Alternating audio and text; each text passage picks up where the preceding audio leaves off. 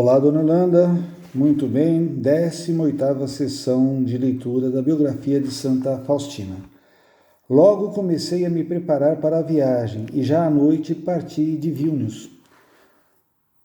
Ofereci toda essa noite pela minha mãe, tão gravemente doente, para que Deus lhe concedesse a graça de que os sofrimentos por que estava passando em nada perdessem seu mérito. Durante a viagem tive uma companhia muito agradável, porque no mesmo compartimento viajavam algumas senhoras de uma confraria mariana. Senti que uma delas tinha um grande sofrimento e que na sua alma travava-se uma luta encarniçada. Logo, comecei mentalmente a rezar por ela. Às 11 horas, as outras senhoras passaram para um outro compartimento para conversar e ficamos apenas as duas. Eu sentia que minha oração estava provocando nessa alma uma luta ainda maior. Eu não a consolava, mas rezava com fervor ainda maior. Finalmente dirigiu-se a mim e pediu que lhe respondesse se tinha obrigação de cumprir uma promessa feita a Deus. Imediatamente conheci interiormente que a promessa era essa e respondi. Eu conheci interiormente que promessa era essa e respondi. A senhora tem a obrigação absoluta de cumprir essa promessa, porque de outra forma será infeliz durante toda a sua vida. Esse pensamento não deixará a senhora em paz. Admirada com essa resposta, ela desvendou diante de mim toda a sua alma. Tratava-se de uma professora que, na hora de prestar os exames, fez a Deus a promessa de que, se esses exames lhe corressem bem, ela se dedicaria ao serviço de Deus, ou seja, ingressaria num convento. Porém, não obstante os exames terem ocorrido favoravelmente, agora deixei-me envolver no turbilhão do mundo e não quero entrar no convento, mas a minha consciência não me deixa em paz, e apesar das diversões, sinto-me sempre insatisfeita. Depois de uma longa conversa, essa pessoa mudou completamente e disse que logo tomaria as providências para ser aceita numa ordem religiosa. Pediu as minhas orações e senti que Deus não lhe faltaria com sua graça. Cheguei a Varsóvia de manhã e às 8 horas da noite já estava em casa. Que alegria para os pais e para toda a família. É difícil descrevê-la. Minha mãe tinha melhorado um pouco, mas o médico não dava nenhuma esperança de cura total. Após os cumprimentos, logo caímos todos de joelhos para agradecer a Deus pela graça de ter sido possível nos reunirmos todos mais uma vez na vida. Quando observei como meu pai rezava, fiquei muito envergonhada, porque eu, após tantos anos de vida religiosa, não sabia rezar com tanta sinceridade e fervor. E por isso, incessantemente, agradeço a Deus pelos pais que me deu. Como tudo mudou durante esses 10 anos. É difícil de reconhecer. O jardim, que era tão pequeno, agora está irreconhecível. Meus irmãos e irmãs, que eram ainda tão pequenos, agora não posso reconhecê-los, todos cresceram, e eu me admirei por não os encontrar como os havia deixado. Stásio, que me acompanhava todos os dias até a igreja, eu sentia quanto esta pequena alma era agradável a Deus. No último dia, quando já não havia ninguém na igreja, fui com ele diante do Santíssimo Sacramento e rezamos juntos o Te Deum. Após um momento de silêncio, ofereci essa almazinha ao Docíssimo Coração de Jesus. Como eu era capaz de rezar bem nessa pequena igreja? Lembrei-me de todas as graças que tinha recebido nesse lugar e que então eu não compreendia e das quais tantas vezes abusava, e espantava-me como podia ter sido tão cega. Quando eu refletia assim e lamentava minha cegueira, vi Nosso Senhor brilhando numa beleza indizível, e ele me disse bondosamente: minha eleita, eu te concederei graças ainda maiores para que possas ser por toda a eternidade testemunha da minha misericórdia. Eu passei esses dias em casa em grande companhia, porque todos queriam encontrar-se comigo e trocar ao menos algumas palavras. Algumas vezes eu contava até 25 pessoas. Estavam interessados nas minhas narrações das vidas dos santos. Parecia-me que nossa casa era verdadeiramente uma casa de Deus, porque todas as noites falava-se apenas de Deus. Quando estava cansada de falar e desejosa de solidão e de silêncio, eu saía sem ser notada à noite para o pomar, a fim de conversar a sós com Deus. Assim mesmo, não conseguia fazê-lo, porque logo vinham meus irmãos e irmãs, levavam-me para dentro e novamente era obrigado a falar com tantos olhares fixos em mim. Mas eu conseguia uma maneira, uma forma de descanso. Pedia a meus irmãos que cantassem alguma coisa para mim, pois tinham lindas vozes e, além disso, um deles tocava violino e o outro bandolim. Assim, durante esse tempo, podia entregar-me à oração no interior, sem evitar a companhia deles. Custava-me muito ainda beijar as crianças. As mulheres, minhas conhecidas, vinham com seus filhos e pediam que eu os tomasse, ao menos por um instante, nos meus braços e os beijasse.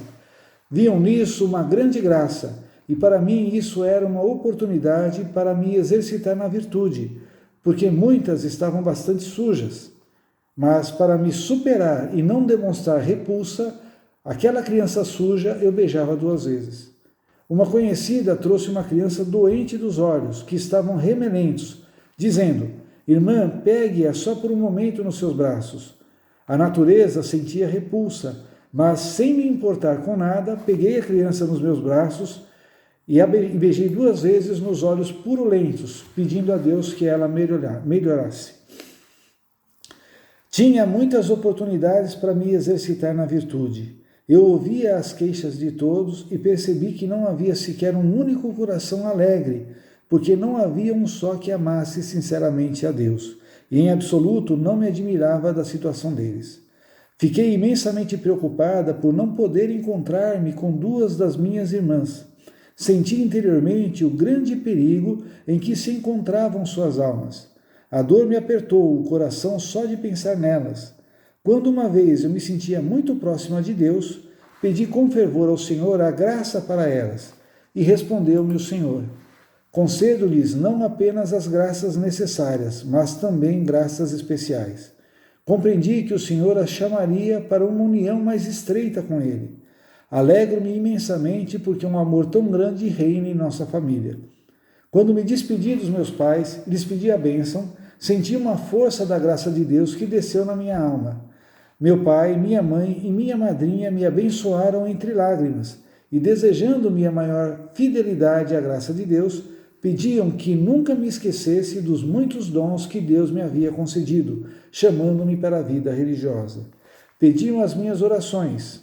Apesar de todos chorarem, eu não derramei uma lágrima sequer. Procurava ser corajosa e consolava-os a todos como podia, lembrando-lhes o céu, dizendo que lá já não haverá separação. Estásio levou-me até o ônibus. Eu lhe dizia quanto Deus ama as almas puras, garantia-lhe que Deus estava satisfeito com ele. Quando lhe falei da bondade de Deus e de como ele pensa em nós, começou a chorar como uma criancinha. E eu não me admirava, porque é uma almazinha pura que, portanto, facilmente conhece a Deus. Quando me sentei no carro, dei largas ao coração e igualmente comecei a chorar de alegria como uma criança, por Deus conceder tantas graças à nossa família. E mergulhei numa oração de ação de graças. À noite já me encontrava em Varsóvia. Primeiro cumprimentei o senhor da casa e depois toda a comunidade. Antes de ir descansar, fui fazer uma visita ao senhor para lhe dar boa noite e pedir perdão por ter conversado com ele tão pouco durante a minha estada em casa.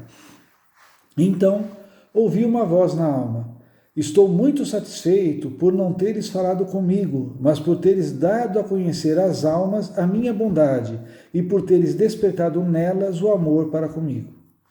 A Madre Superiora disse-me: amanhã iremos ambas a Josephinek e a irmã terá a oportunidade de conversar com a Madre Geral.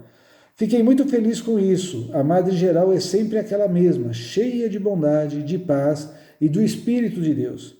Tive uma longa conversa com ela. Fomos juntas para a oração do meio-dia. Foi cantada a ladainha ao Dulcíssimo Coração de Jesus.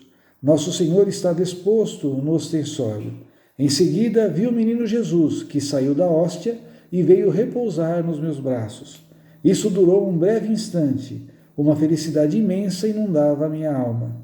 O menino Jesus tinha a mesma aparência de quando tínhamos entrado na capelinha com a Madre Superiora, minha antiga mestra, Maria Jósefa. Era a antiga Madre Superiora dela. No dia seguinte, encontrava-me já na minha querida Vilnius. Oh, como me sentia feliz por já haver regressado ao nosso convento. Eu tinha a impressão de haver ingressado na vida religiosa pela segunda vez. Sentia-me imensamente feliz com a calma e o silêncio que tão facilmente fazem a alma mergulhar em Deus, já que todos ajudam nisso e ninguém perturba. Mais um tópico, Quaresma. Quando me concentro na paixão do Senhor, frequentemente vejo Nosso Senhor na adoração da seguinte maneira: após a flagelação, os carrascos levaram-no e tiraram-lhe as vestes que já se tinham colado às feridas. Ao tirarem suas vestes, renovaram-se as suas chagas. Só um segundo, né?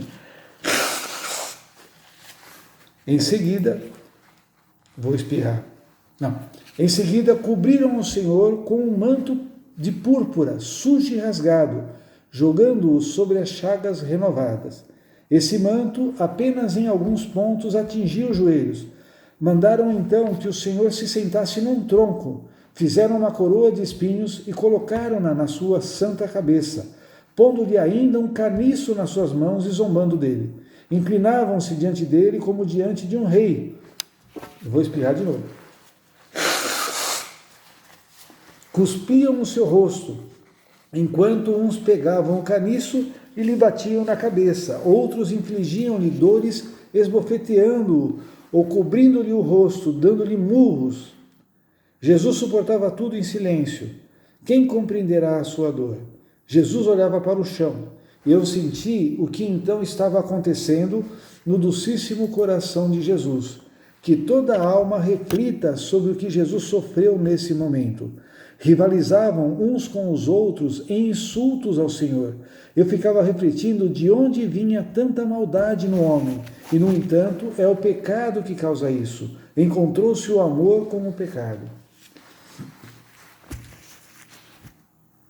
Ela diz, né, mãe, que então nesse momento, né, dos insultos, Jesus, houve um encontro do amor, né, Jesus com o pecado. Isso é legal.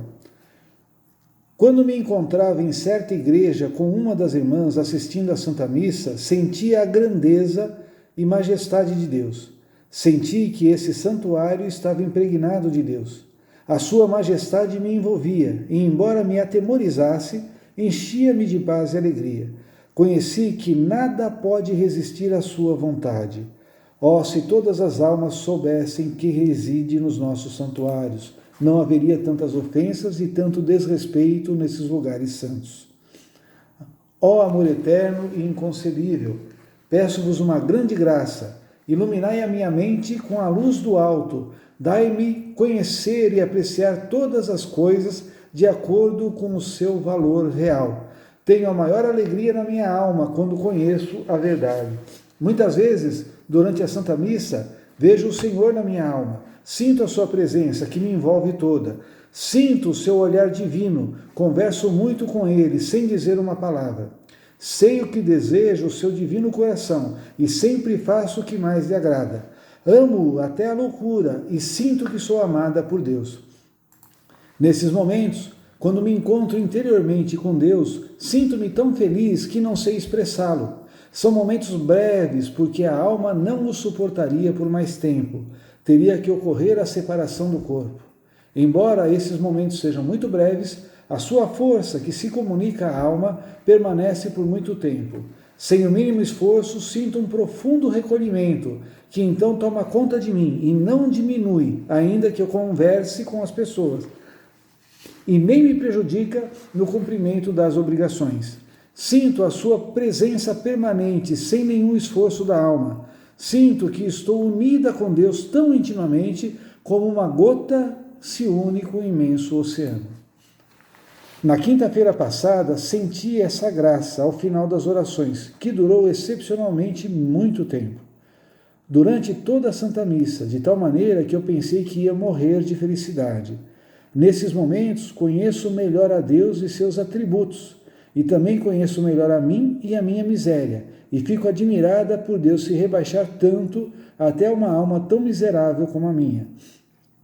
Após a Santa Missa, sentia-me toda mergulhada em Deus, consciente de cada olhar seu no fundo do meu coração. Perto do meio-dia, entrei por um momento na capela e novamente a força da graça atingiu meu coração. Enquanto permaneci em recolhimento, Satanás pegou um vaso de flores e com raiva o jogou no chão com toda a força. Vi toda a sua cólera e inveja. Ninguém estava na capela. Por isso interrompi a oração, recolhi os pedaços do vaso quebrado e coloquei as flores no outro vaso.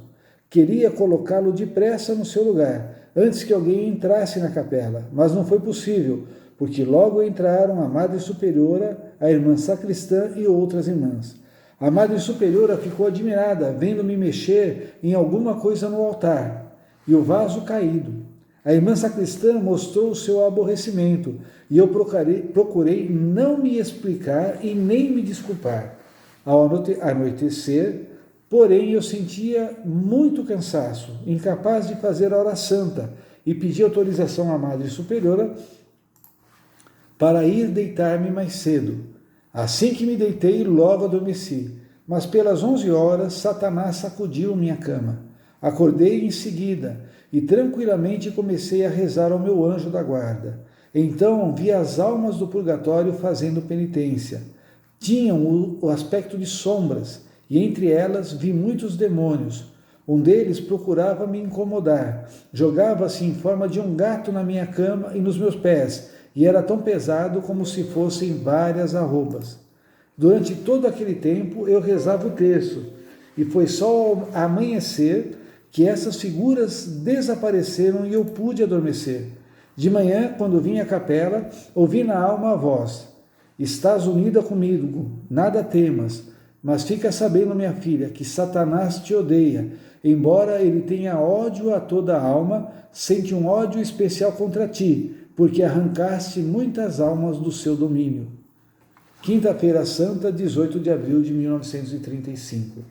Esta manhã, ouvi as seguintes palavras: a partir de hoje até a Páscoa, não sentirás a minha presença, mas a tua alma ficará cheia de grande saudade.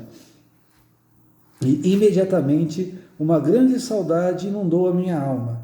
Experimentava a separação do amado Jesus, e quando veio o momento de receber a Santa Comunhão, vi no cálice em cada hóstia a face sofredora de Nosso Senhor.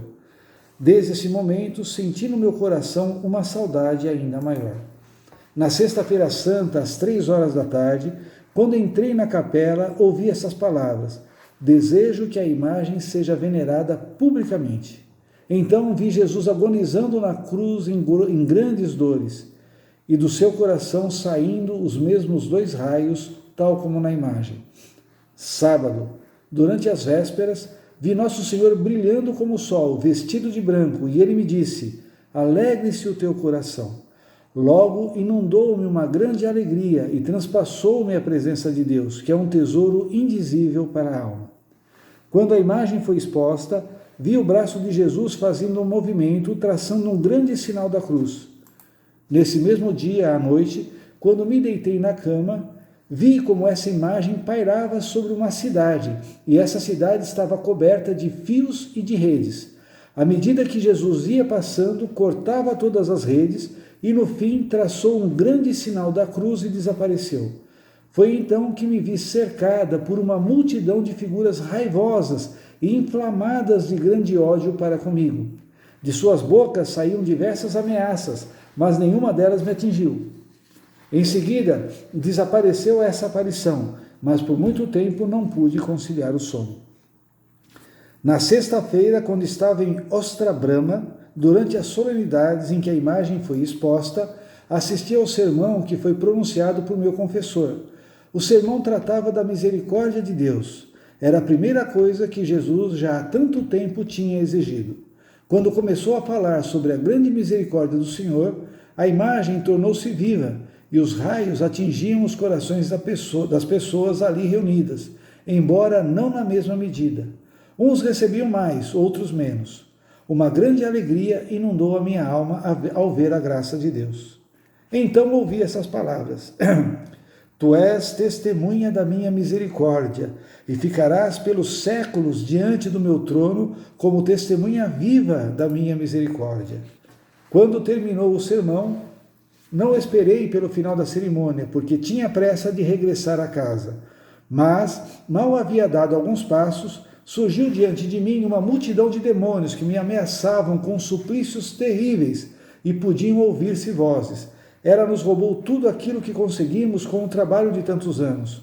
Quando lhes perguntei de onde vindes em tão grande número, responderam-me essas figuras maldosas: dos corações dos homens, não nos atormentes. Vendo seu terrível ódio para comigo, pedi a ajuda do anjo da guarda e imediatamente surgiu diante de mim a clara e luminosa figura do anjo da guarda, que me disse: não tenhas medo, esposa do meu Senhor. Esses espíritos não te poderão fazer mal sem a permissão dele. Imediatamente desapareceram os espíritos malignos e o fiel anjo da guarda me acompanhou de maneira visível até a casa. Seu olhar era modesto e tranquilo, e de sua fronte brotava um raio de fogo. Ó Jesus, eu desejaria trabalhar, ser atormentado e sofrer a vida toda por esse único momento em que vi a vossa glória, Senhor, e o proveito das almas. Bom, mãe, vamos parar por um pouquinho, a gente continua na próxima sessão, tá bom? Um beijo, fica com Deus.